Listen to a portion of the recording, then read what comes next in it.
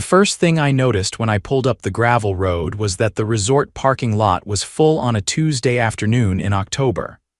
That didn't make sense. The ski lifts weren't even running yet. I stepped out of my truck and looked up at the wooden sign, Pine Ridge Mountain Resort. My Uncle Drew's name was still bolted up there underneath in faded paint. Owned and operated by Drew Gallagher. But Drew had passed away 5 years ago, and as of last week, this place was now legally mine. What I didn't expect was to find the resort operational. Kids were playing by the lodge fire pit. A couple was checking into one of the cabins. I watched a woman in a puffer vest take a key from a lockbox and disappear into Unit 3. I had one question running through my head. Who the hell was running my resort? I headed straight to the office. The front desk had a rusted bell and a laminated emergency contact. Karen Whitmore, HOA chairwoman. Just my luck. I was still trying to wrap my head around what HOA chairwoman had to do with my mountain resort when the door banged open, and in marched the woman herself, mid-50s, severe bob haircut, clipboard clutched like a weapon. "You can't park there," she barked, pointing outside. "That spot is reserved for HOA board members." I turned to face her. "I'm the owner," she blinked. "Excuse me?" "Name's Carson Gallagher. My uncle Drew Gallagher owned this place. He passed. I inherited it." Karen wrinkled her nose like I'd tracked in dog crap. "Well, Mr. Gallagher, I find that highly suspicious. This resort has been under the care of the Pine Ridge HOA since Drew's unfortunate absence." "Care?" I laughed. "You mean you've been running it?" She crossed her arms. "We've kept it from collapsing into disrepair. That gives us certain privileges. Like collecting rent." Her face twitched. "I saw the guests, the bookings. You've been renting out my cabins for 5 years." Karen hesitated. "The HOA board voted to temporarily assume management duties. Of course, the funds go toward maintenance, insurance, and community functions." I walked behind the desk and grabbed the ledger. "This says you've made over $300,000 in rental income since 2018.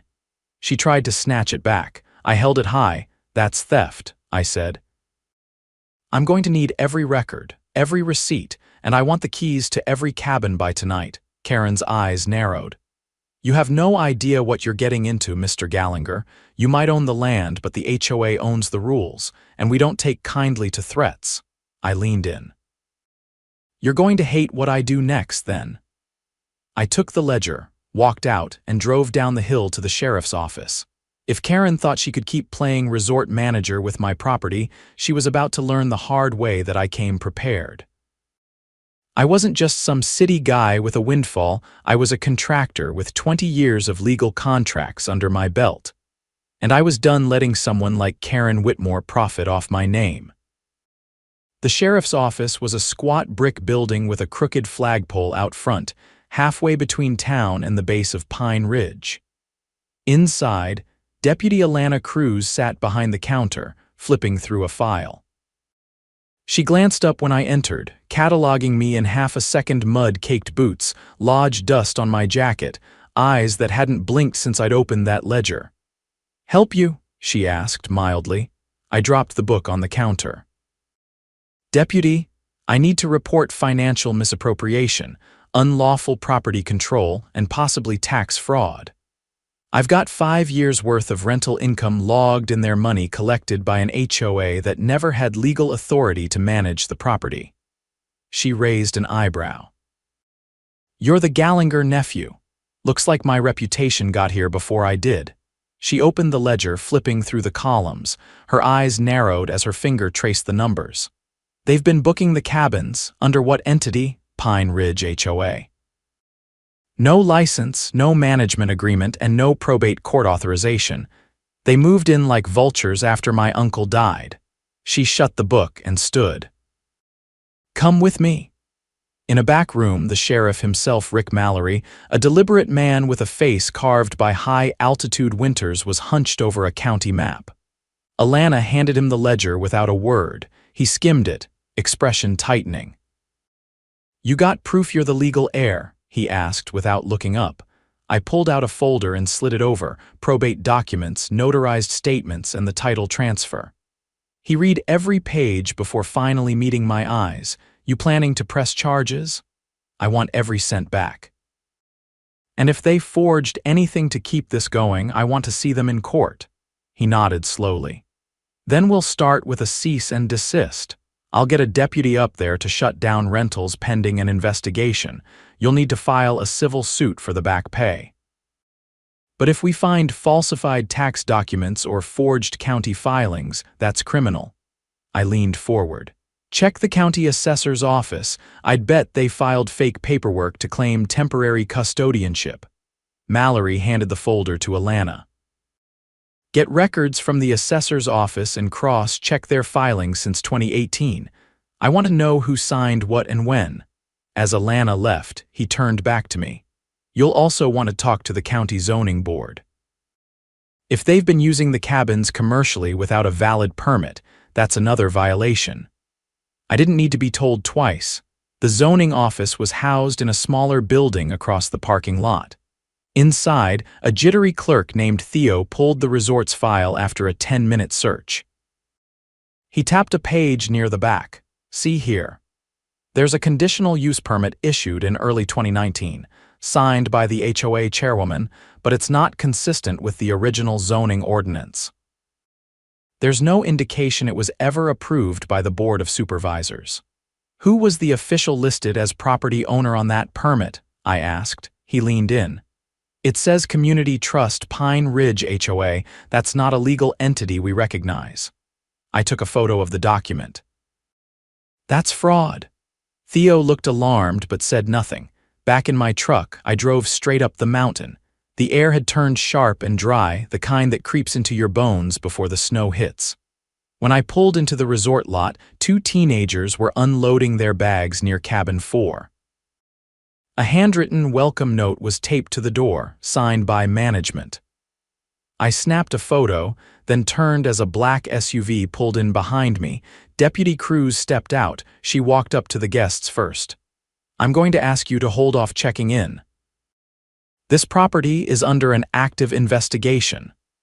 They looked confused, but she was already moving toward the main lodge, one hand resting casually on her belt. Inside, Karen was rearranging brochures on the desk like nothing had happened. Karen Whitmore, Alana said calmly, I'm issuing a cease and desist on all commercial activity on this property, effective immediately. Karen stiffened. On what grounds? Unauthorized use of property, potential zoning violations, and misrepresentation of ownership. You'll need to provide all financial records, contracts, and tax filings related to Pine Ridge Resort operations within 72 hours. Karen's face flushed. This is outrageous. The HOA acted in the community's best interest. Your intentions aren't the issue, Alana replied. Your authority is. And unless you can produce legal documentation proving your right to manage this property, you're facing serious consequences. Karen's hands curled into fists on the counter. You have no idea what this place would look like if we hadn't stepped in. Pipes burst. Roofs caved. We paid out of pocket. I didn't look away. Then you should have billed the estate, not stolen the income. She didn't respond. That night, I stayed in the main lodge. I found the old office Drew used to use still smelled like cedar and old coffee. I booted up the ancient desktop, and to my surprise, it still worked. Inside the documents folder was a single file labeled HOA agreement. I opened it, blank. No contract, no signatures, nothing to suggest Drew had ever given the HOA control of anything. I backed it up to a USB stick and called an attorney the next morning. Her name was Lee Raines, a real estate litigator out of Denver who'd handled cases like this before. We met in a diner halfway up the pass. She wore hiking boots, her laptop open before the waitress even brought coffee. This sounds like a classic overreach, she said, scanning the files I handed her. HOAs are notorious for stretching their authority, especially in places like this where oversight is thin. What's our angle? We file a civil suit for restitution every dollar they collected, plus damages. We also file a petition with the county to invalidate all permits issued under false authority. Once we push that, it opens them up to criminal liability for tax evasion, fraud, and possibly even racketeering. I sat back. You're saying this could go federal if there's wire fraud or misrepresentation in interstate bookings, yes. And with the sheriff already involved, we've got the foundation. The next morning, court filings went out. By noon, subpoenas were served to the HOA board. I watched from my truck as servers handed envelopes to each member, 4 of them, all looking like they'd just been told the mountain was about to fall on them. But Karen, she wasn't shaken, she was furious. That afternoon, I found a note taped to the lodge door. It read, HOA emergency meeting tonight, attendance mandatory, resort future at stake. I tore it down. At 7, I parked outside the community center just downhill from the resort. Inside, the board sat at the long table like they owned the place. Karen stood at the podium speaking into a mic. Due to recent interference by parties claiming ownership, the board must vote on protective measures to maintain continuity of operations. Someone in the crowd raised a hand. Is it true we never had the legal right to rent those cabins? Karen's jaw tightened. That's being handled. I stepped into the aisle. It's already handled. You committed fraud. Gasps echoed down the rows. I walked to the front and dropped a copy of the zoning permit on the table. Filed under a fake trust, not approved through the county. And every one of you signed it. Karen reached for the mic. This is a disruption. No, this is a reckoning. I turned to the crowd. You've all been lied to, told your HOA was protecting the resort. But they were collecting money under false pretenses, spending it without oversight and filing fake documents to keep it going. That's not stewardship, that's theft. Silence. Then someone stood up in the back. It was an older man with a weathered face and a cane. I paid dues for 5 years thinking it went to trail maintenance and snow removal. You used it to line your pockets, another voice. Where's the money, Karen? And another. I never voted to manage the resort. Karen backed away from the podium. I didn't say another word. I didn't need to. The community had seen enough. Outside, as the parking lot cleared, Lee called. The county just voided every permit issued by the HOA since 2019. You've got full control, Carson. And the DA's office wants to talk. I looked up at the mountain, its peaks catching the last orange light of the day. They'd used my uncle's legacy like their personal ATM. Now it was my turn. The crisp air outside the community center was quiet, but the tension hadn't left with the crowd. Lights from nearby cabins flickered like distant campfires. I stood by my truck, arms crossed, watching Karen emerge alone. Her board had scattered, some ducking into cars, others disappearing on foot. She paused when she saw me, then walked over, slower than before. You think you've won, she said, her voice low. I think I've exposed a fraud, I replied, her jaw tensed. You're not from here, you don't understand what this place needs. I didn't answer. I just opened my truck door and climbed in. By morning, the first email from Lee had landed. Carson, check this out. Financial anomalies go deeper than rentals. HOA board used the resort's revenue to secure a revolving line of credit under a shell LLC. Name on the paperwork. Pine Ridge Community Fund. No IN, no registration at the state level. We've got bank transfers but no traceable business entity behind them. This is serious. I forwarded the file straight to the DA's office. Within hours, subpoenas followed. That evening, I met with Lee at the lodge. She'd driven up from Denver again, laptop open, tabs multiplying like wildfire. They used your uncle's death as cover, she said, scrolling. Filed an emergency custodial petition under the guise of community stabilization, but the judge never signed off. It was submitted, but no ruling. That means they acted without judicial authority. They just assumed control, I said, pacing, like squatters with a clipboard. Worse. They applied for a state grant 2 years ago, community revitalization funds. Claimed they were renovating the resort for low-income access to wilderness retreats. I stopped. They got state money, $42,000, dispersed to the same Pine Ridge Community Fund account. And it disappeared within 6 months. Where'd it go? That's what the forensic accountant is working on now. That night, I walked the perimeter of the property, flashlight in hand. I passed cabin 10 and noticed something strange. The back door had a new keypad lock. Not the kind installed by my uncle, not even the same style.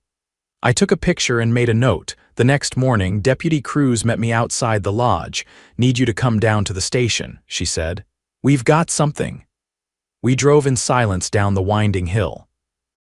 At the station, she guided me to the back, where Sheriff Mallory was reviewing security footage on a dusty monitor. He gestured me over. "Last month," he said. "Take a look." The footage showed Karen parking behind the lodge after dark. She used a key to enter, then emerged 40 minutes later carrying a locked cash box and a thick file folder.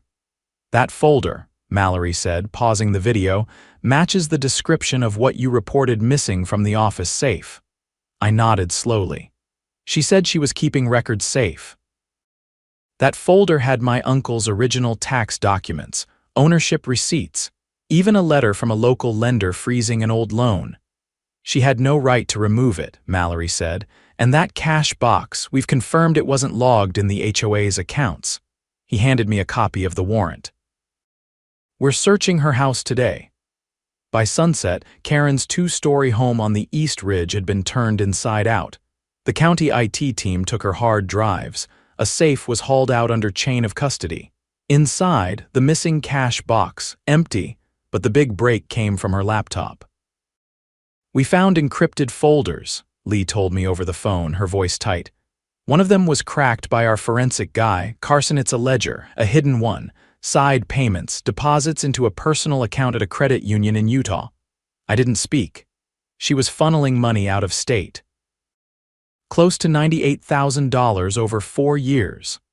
That night I sat with the sheriff on the lodge porch, wood crackling in the fire pit beside us. He didn't say much, just handed me a folder. "DA's filing felony charges," he said. "Wire fraud, tax evasion, theft by deception, tampering with public records. She's looking at 15 years, maybe more." "She'll negotiate," I said. "She'll offer restitution in exchange for a lighter sentence," he nodded. "Maybe, but the state grant complicates things. That's public money. And the feds are circling." I stared at the empty cabins, all dark now, no guests, no laughter, just cold windows and silence. "Did you know her?" I asked. "Karen," Mallory leaned back. "She used to run the town library, organized, sharp, but something changed after your uncle died.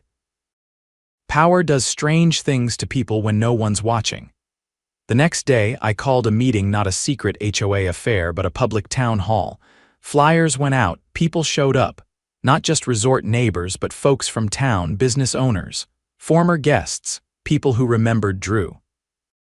I stood at the front, no podium, just a marked-up blueprint of the resort tacked to the wall behind me. "I'm reopening the lodge," I told them. "But not the way it was. No more hidden fees, no false boards, no skimming off the top. We'll run it as a cooperative. Local hires. Transparent books.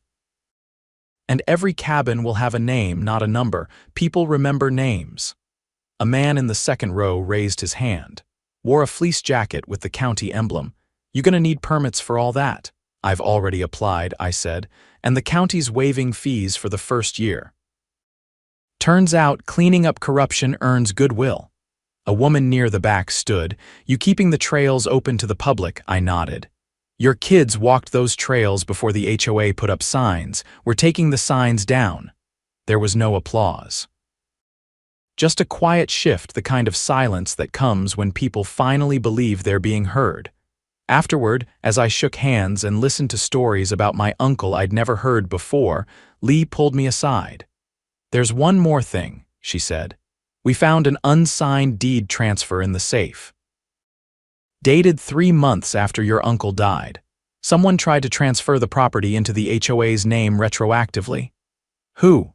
The signature line's blank, but the notary stamp is a fake, printed from a template. That's forgery. More charges. Federal this time. Interstate intent to defraud. The FBI's already reviewing it. I stepped outside into the cold. The mountain loomed above, quiet and steady. For the first time, it felt like it belonged to me not just on paper, but in the way the wind moved through the trees. The resort wasn't just a property anymore. It was proof. Proof that a small group of people could be undone by truth, by law, and by those who refused to be silent. And I wasn't finished yet. The cabins would be restored. The trails would welcome hikers again, and every ledger, every booking, every dollar would be accounted for, open for anyone to see. Justice wasn't just something you demanded. It was something you rebuilt, piece by piece, where the damage had been hidden longest. The first snow came early that year, dry and wind-blown, dusting the mountain in white like a warning. I stood on the porch of Cabin 7, watching the flakes gather on the railing while inside, a state auditor rifled through stacks of confiscated HOA documents. He didn't look up when I stepped in, just kept flipping pages and marking tabs with thin yellow post-its. These bank transfers, he said, were rerouted through 3 different accounts, all within the last 18 months. The trail stops at a firm in Nevada that doesn't actually exist. Shell company, I asked. No, phantom account. Someone burned a trail. This was intentional. A week earlier, the district attorney had expanded the investigation. What began as a local fraud case had grown teeth. Evidence recovered from Karen's laptop, and the safe revealed not just misappropriated funds, but a coordinated effort to conceal the theft across multiple jurisdictions. Once the state grant money was flagged as misused, the Office of Inspector General got involved. Things escalated fast. Now the resort was swarming with officials, accountants, and tech specialists. Every ledger, every email, every cabin contract was under scrutiny. And still, the worst part hadn't come out yet, not until the sheriff called me back into his office and showed me the sealed envelope. "Anonymous tip," he said, "came in this morning, addressed to you." I slid the contents onto the desk, a single flash drive and a note typed in block letters. Ask what happened to Cabin 9's guest records. February 3 years ago. Mallory inserted the drive into his desktop and opened a video file. There was no audio, just grainy security footage from the main lodge. Timestamp: February 23rd, 3 years prior. A man in ski gear entered the lobby holding a duffel bag. His face was partially visible when he pulled off his goggles, mid-40s, dark beard, red jacket. He approached the counter, spoke briefly to someone off camera, then followed them down the hall. "Who's that?" I asked. Mallory paused the video. "That's what we're trying to find out." No check-in records exist for that night, and Cabin 9, he pulled a second file from his drawer, reported a fire that same weekend. Small one, electrical, but the repair records were unusual. He handed me the report. The work order had been signed off by a contractor I'd never heard of. The invoice came from a business that didn't exist anymore. There was no itemized list, just a vague note. Damage contained, no structural concerns. I set the file down. "What are you saying?" "I'm saying someone came up here under the radar, something went wrong, and the HOA buried it. And if there's no guest record, no ID, no paper trail, we might be looking at more than theft." A week later, we had a name. The man in the video was identified as Alan Riley, a federal whistleblower who disappeared under sealed circumstances during an open investigation into a regional land development firm.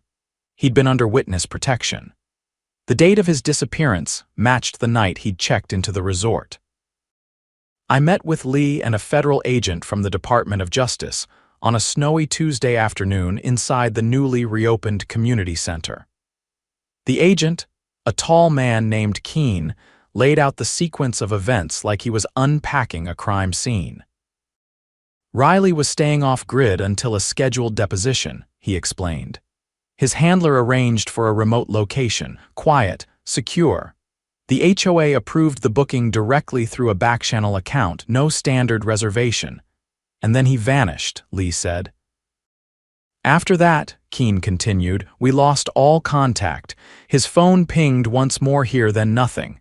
The case was frozen due to lack of physical evidence until your tip came in. I looked at Lee. They used the resort as a black site. Not officially, Keene said.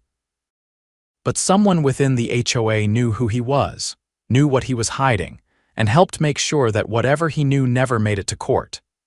The entire room shifted. This wasn't just about money anymore. The DOJ built a timeline. The funds stolen from resort operations had been partially redirected to pay off private security contractors' names scrubbed. Licenses expired. Some traced to firms that had previously worked in overseas conflict zones. One individual, tied to a former board member, had been placed under federal surveillance. Karen, now in custody, refused to speak. Her attorney made vague threats about cooperation, then stopped responding altogether once the federal indictments were filed. I was called to testify before a grand jury a month later. Inside a low-ceilinged courtroom in Denver, I presented everything: the forged permits, the fake trust, the missing guest records, the falsified repair logs. I handed over photos, emails, and the notarized deed with the counterfeit stamp. The prosecutors asked their questions with surgical precision. The jury listened stone-faced. When it was over, I walked outside into the cold and called Lee. "They're charging her with conspiracy to obstruct a federal investigation," I said. "Among other things." "She'll flip," Lee replied. "They always do when prison gets real." And she did. Karen entered a plea deal within 2 weeks. In exchange for a reduced sentence, she agreed to name every HOA board member involved, provide access to encrypted storage, and testify in court. Her confession was 43 pages long. It detailed how the HOA had been approached by a third-party fixer promising funding for the resort in exchange for special accommodations. They'd accepted. The fixer was later identified as a contractor linked to a now-defunct defense procurement group. He was arrested in Nevada. The resort was cleared of all federal entanglements by early spring. I spent the following months rebuilding not just the buildings, but the trust. Cabin 9 was gutted and redone from scratch. We held a dedication ceremony for Alan Riley, planting a pine tree outside the cabin in his name. His family, who had never received answers, finally got closure. The resort reopened on the first day of June. We didn't call it Pine Ridge anymore. That name had been stained too deeply. We renamed it Gallinger Pines in honor of Drew, the man who'd built it, trusted people to do right by it, and never imagined how far they'd go to corrupt it. The cooperative launched with 20 community members, each with a defined stake and a transparent vote. We set up quarterly town reviews, open books, and a zero-tolerance policy for concealed dealings. Lee helped us draft the bylaws. Sheriff Mallory joined as an advisory board member. Even Theo, the zoning clerk, came aboard as treasurer. As for me, I kept the same cabin my uncle had lived in. Refinished the deck. Replaced the old stove. On quiet mornings, I'd sit with coffee and watch the mist roll down the mountain, knowing every inch of this place had been reclaimed honestly, legally, and with grit. The final settlement awarded me back the full rental income with interest. The state grant was repaid in full through the liquidation of HOA assets. The rest, it went into rebuilding the community center, restoring the trails, and creating a scholarship fund for local kids studying environmental science or hospitality. Justice wasn't a clean line. It had jagged edges, long delays, and moments where the whole thing felt like it might unravel. But in the end, it held. They'd stolen 5 years of income, stained my family's name, and nearly turned a mountain into a lie. Now they owed me, and they paid.